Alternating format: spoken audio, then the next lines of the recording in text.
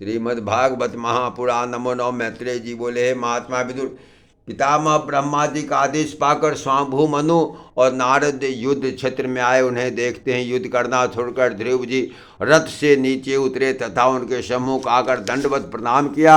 तो स्वांभु मनु बोले, हे ध्रुव, श्री नारायण के चरणों से प्रीत करने वाले प्राणी का स्वभाव कदापि उग्र नहीं होना चाहिए। क्रोध करने से बुद्धि का नाश होता है और तुम एक राजा भी हो, अतः तुम्हें न्याय अन्याय का भी ध्यान रखना चाहिए, अन्यथा महापाप लगता है। तुमने 1,30,000 यक्षों को कष्ट दिया है। अपने दादाजी स्वाभु मनु के वचनों को सुनकर ध्रुव जी अत्यंत लज्जित हुए और निवेदन करते हुए बोले, आपका कथन सत्य है। निश्चय ही मैंने अपराधजनक कार्य किए हैं, किंतु जो होना था हो चुका है।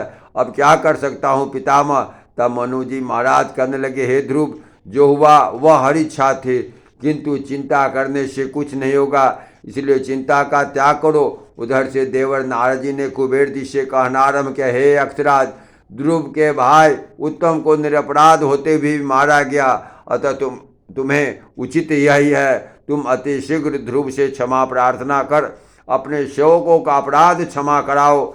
नारद के वचन सुनकर कुबेर जी बोले, आपका वचन सत्य है देवर्षि। यह कहकर वे ध्रुव के पास पहुँचे और विनय पूर्वक कहने लगे, हे राजन, हमारे सेवकों से बड़ी भारी भूल हो गई, जो उन्होंने आपके भाई उत्तम को मारा। यदि आप दंड देना चाहते हैं तो मेरे सेवकों द्वारा हुए अपराध का दंड मुझे दे। कुबेर की वाणी सुनकर ध्रुव जी को अत्यंत संतोष हुआ। उनकी नम्रता देखकर स्वयं नम्र वचनों का उच्चारण करते हुए बोले, हे कुबेर जी, आप देवता हैं। भाई की मृत्यु का समाचार पाकर मैं क्रोधित हो गया था, अतः कृपा करके मुझे ऐसा आशीर्वाद दे कि भविष्य में मैं क्रोध कभी मुझे छू भी न सके और प्रभु के चरणों में सदैव मेरा ध्यान लगा रहे।